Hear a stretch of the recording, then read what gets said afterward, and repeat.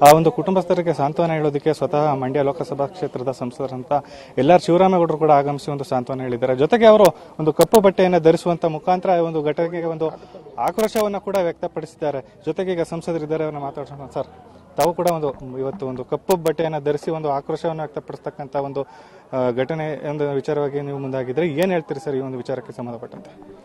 ನೋಡಿ, ನಿನ್ನೆ ನಡೆದಿರ್ತಕ್ಕಂಥ ಈ ಪೈಶಾಚಿಕ ಕೃತ್ಯ ಇದು ಬರೀ 46 ಜನ ವೀರ ಯೋಧರ ಮೇಲೆ ನಡೆದಿರ್ತಕ್ಕಂಥದ್ದಲ್ಲ. ಭಾರತದ ಮೇಲೆ ಪಾಕಿಸ್ತಾನ ಮಾಡಿರ್ತಕ್ಕಂಥ ಆಕ್ರಮಣಕಾರಿ ದಾಳಿ ಇದು. ಈ ದಾಳಿಗೆ 2 ತಿಂಗಳ ಮುಂಚೆನೆ ಅಮೆರಿಕ ಗವರ್ಮೆಂಟ್ನಲ್ಲಿ ಇರ್ತಕ್ಕಂಥ ಒಂದು ಗುಪ್ತಚರ ಇಲಾಖೆ ಜಮ್ಮು ಕಾಶ್ಮೀರದಲ್ಲಿ ನಡೀಬಹುದಾಗಿರ್ತಕ್ಕಂಥ ದೊಡ್ಡ ಅನಾಹುತ ನಡೀಬಹುದು ನೋಡಿ ಅಂತ ಎಚ್ಚರಿಸಿದ್ದಾರೆ. ನಮ್ಮ ದೇಶದ ಗುಪ್ತಚರ ಇಲಾಖೆ ವೈಫಲ್ಯದಿಂದ ಅದನ್ನು ಮಾಡೋಕ್ಕಾಗಿಲ್ಲ. ಇವತ್ತು ಎಲ್ಲೋ ಜಮ್ಮು ಕಾಶ್ಮೀರದಲ್ಲಿ ಯಾವುದೋ ಸಿಲಿಗುರಿನಲ್ಲೋ ಬಾರ್ಡರ್ನಲ್ಲೋ ಇದಾಗಿಲ್ಲ. ಜಮ್ಮು ಕಾಶ್ಮೀರದ ಹಾರ್ಟ್ ಆಫ್ ದಿ ಸಿಟಿಗೆ ಬಂದು ಹೊಡೆದಿದ್ದಾರೆ. ಅವ್ರ ಗುರಿ ಇದ್ದಿದ್ದು 2500 ಜನ ಹೊಡಿಬೇಕು ಅಂತ ಹೇಳಿ.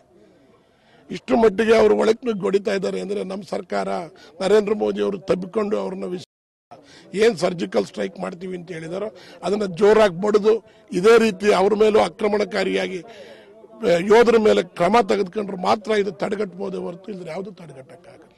ಗುರು ವಿಚಾರವಾಗಿ ಮಾತನಾಡೋದಾದ್ರೆ ಅವರ ಪಾರ್ಥಿವ ಶರೀರ ಯಾವಾಗ ಬರ್ತಕ್ಕಂಥ ಸಾಧ್ಯತೆ? ಪಾರ್ಥಿವ ಶರೀರ ನಾಳೆ ಮಧ್ಯಾಹ್ನ ಮೇಲೆ ಬರ್ತದೆ ಅಂತ ಹೇಳಿದ್ದಾರೆ. ಬರ್ತೀವಿ ಅಂತ ಹೇಳಿದ್ದಾರೆ. ಬಂದ ಮೇಲೆ ಆ ಶರೀರ ಬಂದ ಮೇಲೆ ಸರ್ಕಾರದ ವತಿಯಿಂದ ಏನೆಲ್ಲ ಗೌರವ ಕೊಡಬೇಕು ಆ ಗೌರವವನ್ನು ಸಲ್ಲಿಸ್ತೀವಿ. ಮುಖ್ಯಮಂತ್ರಿಗಳಾಗಿರ್ಬೋದು, ಸಚಿವರಾಗಿರ್ಬೋದು ಬರುವಂತ ಸಾಧ್ಯತೆ ಇದೆ. ನಾನು ಅನಿರೀಕ್ಷಿತವಾಗಿ ನಾನು ಯಾರನ್ನೂ ಮಾತಾಡಲಿಲ್ಲ. ನಾನು ಈಗ ಹೋಗೋಗಿ ಮಾತಾಡ್ತೀನಿ. ಬರೋದು ಮುಖ್ಯಮಂತ್ರಿಗಳು ಬಂದರೆ ನಾವು ಜೊತೆಲೆ ಬರ್ತಿರ್ತೀವಿ. ತಮ್ಮಣ್ಣವ್ರು ಬರ್ತಾರೆ, ಮೋಸ್ಟ್ಲಿ ಈ ಘಟನೆಗೆ ಬರೋದಿಲ್ಲ ಏನ್ ಮಾಡ್ತಾರೆ. ಘಟನೆ ಸಂಬಂಧಪಟ್ಟಂತೆ ಜಾಗವನ್ನ ಮಂಜೂರು ಮಾಡೋ ಬಗ್ಗೆ ಜಿಲ್ಲಾಧಿಕಾರಿಗಳ ಬಗ್ಗೆ ಜೊತೆ ಮಾತಾಡಿದ್ದೆ. ನಾನು ತಹಸೀಲ್ದಾರ್ರಿಗೂ ಹೇಳಿದ್ದೀನಿ. ಈ ಗ್ರಾಮಕ್ಕೆ ಮೊದಲಾಗಿ ದೊಡ್ಡಿಗೆ KM ದೊಡ್ಡಿಗೇನೆ ಸ್ಮಶಾನ ಇಲ್ಲ ಅಂತ ಹೇಳಿದ್ದಾರೆ. ಇದು ನಾನು ತಮ್ಮಣ್ಣವ್ರ ಗಮನಕ್ಕೆ ತರ್ತೀನಿ. ತಹಸೀಲ್ದಾರ್ನವರು ಸಹಿತ ಅದ್ರ ಮೇಲೆ ಕ್ರಮ ತಗೋಬೇಕು. DC ಅವ್ರ ಗಮನಕ್ಕೆ ಎಲ್ಲ ಇಂಥ ಸಂದರ್ಭದಲ್ಲೇ ಇವೆಲ್ಲ ಮಾಡಬೇಕಾದ್ರೆ ಬೇರೆ ಟೈಮ್ದಲ್ಲಿ ಮಾಡಲ್ಲ. ಯಾಕೆಂದ್ರೆ ಇಲ್ಲೆಲ್ಲ ಹೇಳ್ತಾ ಇದ್ರು 106 ಎಕರೆ ಗೋಮಾಳ ಇದೆ, ಎಲ್ಲರೂ ಉತ್ಕೊಂಡವ್ರೆ ಅಂತ. ಉತ್ಕೊಂಡಿರೋ ಯಾರು? ಸಾರ್ವಜನಿಕರೇ. ಆದ್ರಿಂದ 2 ಎಕರೆ ಏನಾದ್ರು ಮಾಡಿ ಸ್ಮಶಾನನೂ ಬೇಕೇ ಬೇಕಲ್ಲ.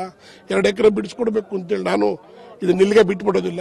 ನಾನು 15 ದಿವಸಕ್ಕೆ ಒಂದ್ಸರಿ ಅಧಿಕಾರಿಗಳ ಜೊತೆ ಚರ್ಚೆ ಮಾಡಿ ಅಟ್ಲೀಸ್ಟ್ ಇಲ್ಲಿಗೊಂದು ತಮ್ಮಣ್ಣವ್ರ ಜೊತೆ ಸೇರ್ಕೊಂಡು ಇಲ್ಲಿಗೆ ಒಂದು ಜಾಗ ಕೊಡಿಸ್ತಕ್ಕಂಥ ಸ್ಮಶಾನ ಮಾಡಿಸ್ತಕ್ಕಂಥ ಕೆಲಸಕ್ಕೆ ನಾನು ಇದಿಷ್ಟು ಸಂಸದ ಶಿವರಾಮೇಗೌಡರು ಹೇಳ್ತಕ್ಕಂಥ ಮತ್ತೇನಂದ್ರೆ ಇದಕ್ಕೆ ಸಂಬಂಧಪಟ್ಟಂತೆ ಮೋದಿ ಅವರು ದಿಟ್ಟವಾದಂತ ಒಂದು ಕ್ರಮಗಳನ್ನ ಕೈಗೊಳ್ಳಬೇಕು. ಜೊತೆಗೆ ಅವರಿಗೆ ಒಂದು ಸ್ವಂತ ಒಂದು ಸ್ಮಶಾನಕ್ಕೆ ಒಂದು ಜಾಗವನ್ನು ಮಂಜೂರು ಮಾಡಿಕೊಡ್ಬೇಕು ಅನ್ನೋ ಮಾತುಗಳನ್ನ ಸಂಸದರಿಗೆ. ಕ್ಯಾಮರಾ ಪರ್ಸನ್ ವಿನೋದ್ ಜೊತೆಗೆ MK ಮೋಹನ್ ರಾಜ್, TV5 ಮಂಡ್ಯ.